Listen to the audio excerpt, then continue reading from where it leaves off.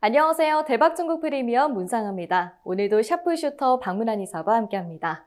오늘은 채권 시장의 이상 징후들에 대한 강의가 준비되어 있는데요. 최근 우리나라와 미국의 금리가 급등하는 현상이 발생하고 있습니다.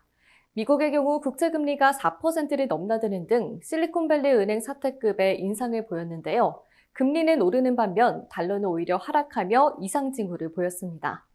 우리나라 역시 유독 7월 들어 금리가 급등하고 있는데요. 오늘 박문환 이사께서는 이렇게 한국과 미국의 장기 금리가 속등하기 시작한 각각의 이유에 대해 설명해 주시겠습니다. 그럼 박문환 이사의 스페셜 리포트 지금 바로 시작합니다. 시청자 여러분, 한 주간 평안하셨습니까? 우리나라와 미국의 채권 시장에서 이상 징후가 나타나기 시작을 했습니다. 양국이 공히 금리가 급등하기 시작한 건데요. 성장에 대한 기대치가 높아졌다거나 혹은 물가 상승에 대한 우려가 커졌거나 혹은 시장의 위험이 커질 때에도 금리는 상승할 수 있습니다. 다만 현 시점에서 이런 교과서적인 문제는 아닌 것 같습니다. 특히 시장 위험이 커지면서 금리가 올랐다면 달러가 덩달아 상승해야만 하는데요. 금리가 24베이스 포인트 이상 상승하는 동안 달러는 오히려 0.6% 하락했으니까요.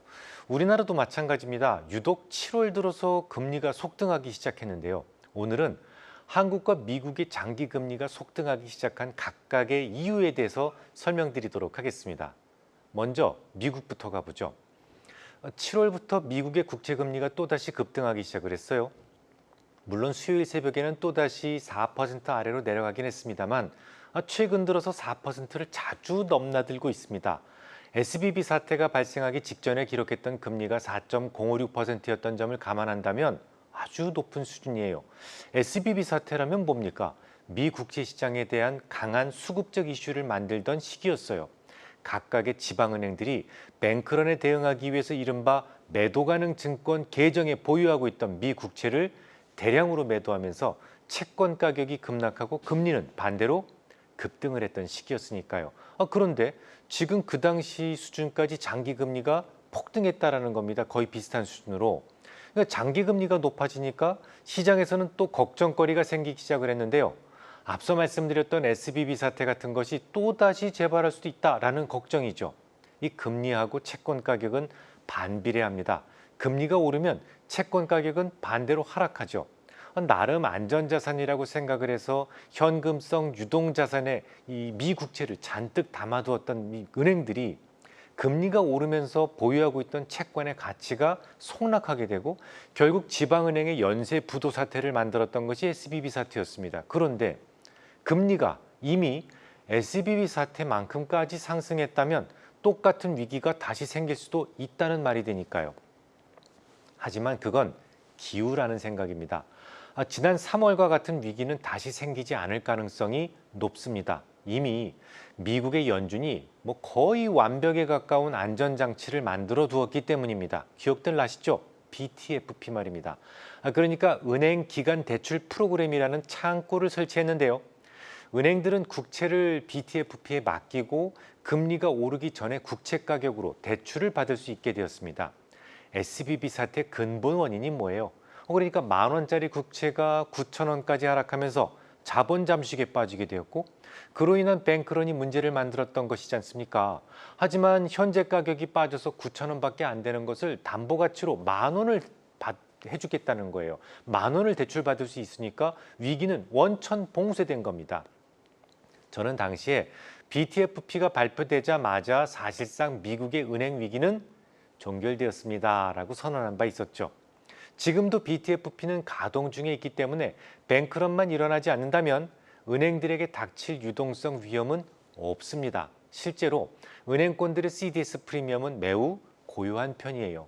자, 그렇다면 더욱 궁금해집니다. 도대체 미국에서 무슨 일이 있었던 걸까요?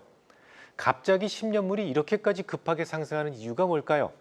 일각에서는 미국의 채무 한도 연장되고 나서 재무부의 현금 비축 수요로 인한 채권의 초과 공급이 가격 하락의 원인이다. 이런 주장도 있습니다. 하지만 그건 좀 아닌 것 같죠. 재무부의 채권 발행이 금리 상승의 진짜 원인이라면 단기 금리가 더 많이 올라야 정상입니다.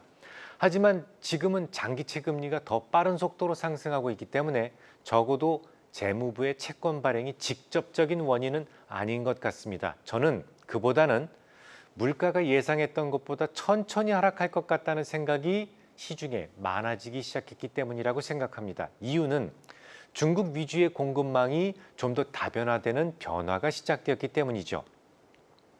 2018년도 이전까지는 세계화의 시장이었습니다. 중국에서 공산품을 가장 싸게 만들 수 있었죠. 인도에서는 질 좋은 의약품을 가장 싸게 만들 수 있었고, 우리나라는 반도체가 강점인 나라예요. 이처럼 어느 나라든 가장 싸게 가장 우수한 상품을 만들 수 있다면 그것 하나만 만들어도 무역을 통해 풍요를 즐길 수 있었습니다. 리카르도의 비교 우이론이 지배하는 세상이었다는 얘기죠. 하지만 지금은 탈세계화의 세상입니다. 코로나19 위기 때 중국이 문을 딱 걸어 잠그고 나서 세계인들은 전혀 경험해보지 못했던 공급망 충격을 겪어야 했습니다. 하네스 같은 아주 매우 단순한 부품 하나만 공급이 안 되어도 자동차 전체 공정이 중단되어야만 했어요. 이후로 주요 부품에 대해서는 중국에 대한 의존도를 낮추고 벤더를 다양화시키겠다라는 생각들이 많아지기 시작했습니다. 부품 조달 가격이 다소 오르더라도 똑같은 실수가 반복되어서는 안 된다는 생각이었죠. 당연히 제품 가격은 더 비싸질 수밖에 없었고 물가는 좀 더 끈질기게 저항할 가능성이 높아진 겁니다. 조금 더 구체적으로 핵심 CPI 기준으로 4%대까지는 비교적 빠르게 낮출 수 있겠지만 그 이후로는 상당 기간에 걸쳐 높은 수준의 물가가 유지될 것이다라는 것이 중론이 되어가고 있습니다. 결국 내년 연초부터는 금리가 하락하기 시작할 거예요라는 이런 시장의 예측, 시장의 생각도 수정되어야만 했고 미국의 10년물 금리의 이런 탈세계화의 그림자가 반영되기 시작한 겁니다. 증거 자료를 제시해드리죠. 첫 번째 증거는 앞서 말씀드렸듯이 2년물보다 10년물의 움직임이 훨씬 더 가파르다는 점을 들 수 있습니다. 아시다시피 2년물 금리에는 연준의 생각이 더 많이 반영된다고 알려져 있습니다. 그런 2년물보다는 10년물의 금리가 더 가파르게 상승하고 있다면 현재의 시장 금리 상승이 금리의 추가 인상에 대한 걱정 때문이 아니라는 것을 알 수 있어요. 그보다는 금리의 높은 수준이 좀 더 오랜 시간 동안 유지될 것이다라는 생각이 많아지고 있다는 결정적 증거가 될 수 있는 것이죠. 둘째, OIS 시장에 반영된 연준의 1년 뒤 기준금리 전망을 보면 금리 인하의 기대치가 빠르게 소멸되고 있다는 것을 알 수 있습니다. 지난 6월 초까지만 하더라도 150베이스포인트 인하에 맞춰져 있었습니다만 이것이 6월 말에는 80베이스포인트까지 급격하게 하락을 했고 현재는 70베이스포인트 언더로 빠르게 축소되고 있어요. 내년 6월 금리가 4% 전후에서 하락하게 될 것이다라는 기대가 저물고 4.75는 4.75% 주변에서는 머물 것이다라는 전망이 힘을 얻기 시작한 것이죠. 소결하자면 시장에서는 미국의 장기 금리가 상승하는 이유에 대한 설명이 분분한데요. 저는 중국 위주의 공급망이 다양화되면서 물가에 대한 장기 전망치가 상향 조정된 것이 원인이라고 생각합니다. 금리는 7월에 한 차례 더 오를 것이며 그렇게 오른 금리는 우리가 생각했던 것보다 매우 천천히 하락할 것이다라는 생각이 장기 금리에 반영되기 시작한 것이죠. 그럼 이번에는 한국 시장으로 와보겠습니다. 우리나라에서도 채권 금리가 속등하기 시작을 했죠. 그것도 7월 들어서 집중적으로 오르고 있습니다. 하지만 우리나라는 미국과는 좀 다른 이유 때문인 것 같네요. 결론부터 말씀을 드리자면 수급적 이슈가 좀 더 크게 반영되고 있는 것 같습니다. 조금 더 자세한 설명이 필요하겠죠. 아시다시피 현재 새마을금고의 대출 연체율이 빠르게 상승하고 있습니다. 작년에는 3.6%였던 것이 올해 6월 말에는 6.2까지 올랐는데요. 최근에는 7%도 훌쩍 넘어서 버렸습니다.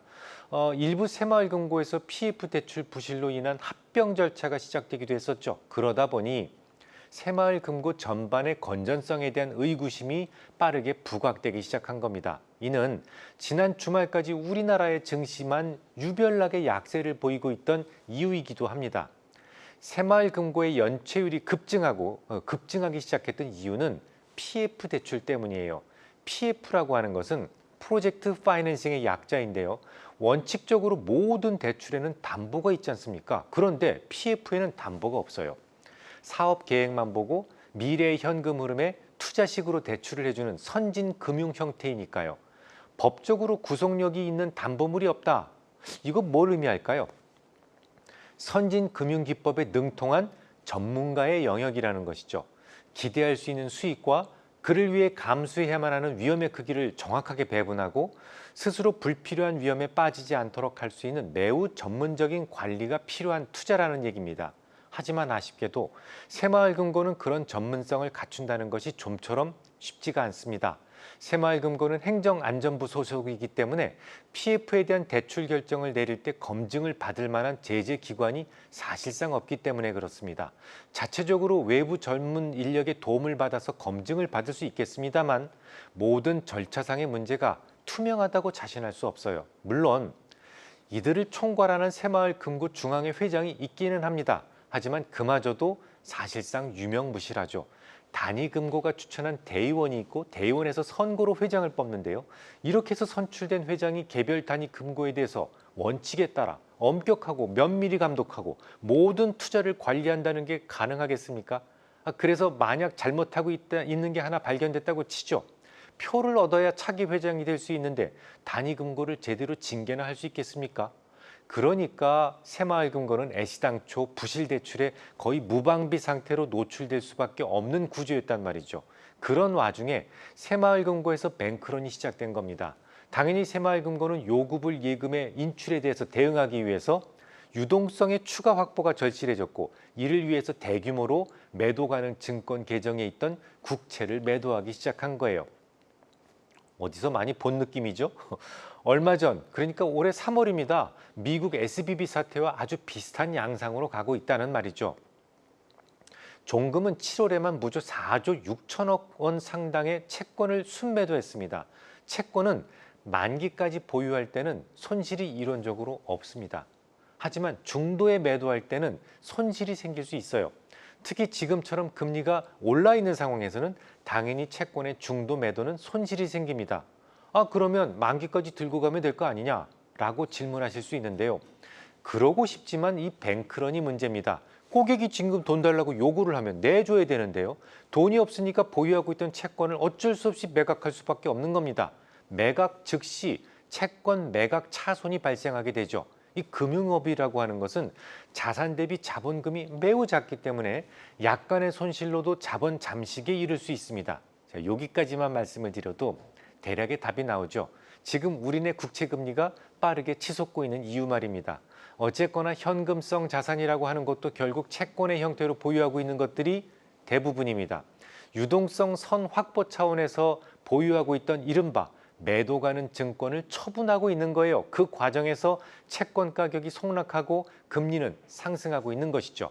또한 이는 최근 반도체 등 기술주들이 한 템포 쉬어갔던 원인을 제공한 것이기도 합니다. 주야장천 우리네 전기전자에 대해서 큰 애착을 보여왔던 외국인들이 갑자기 돌아서서 전기전자를 매도하기 시작한 그 시점과 딱 들어맞습니다. 다행히도 정부는 발빠르게 대응했어요. 범정부 대응단을 구성하고 필요시 정부 차입을 통한 유동성 지원 계획을 발표했습니다. 정부가 발표한 숫자만 보면 이론적으로는 아직 괜찮아 보여요. 상환 준비금으로 약 13조 3,600억 원을 가지고 있고 그 외 현금성 자산을 약 77조 원 정도 보유 중이라는 발표가 있었는데요. 여기서 상환 준비금이라는 것은 일종의 지급 준비금과 비슷합니다. 현금성 자산이라고 하는 것은 언제든 현금으로 바꿀 수 있는 유동자산을 의미하죠.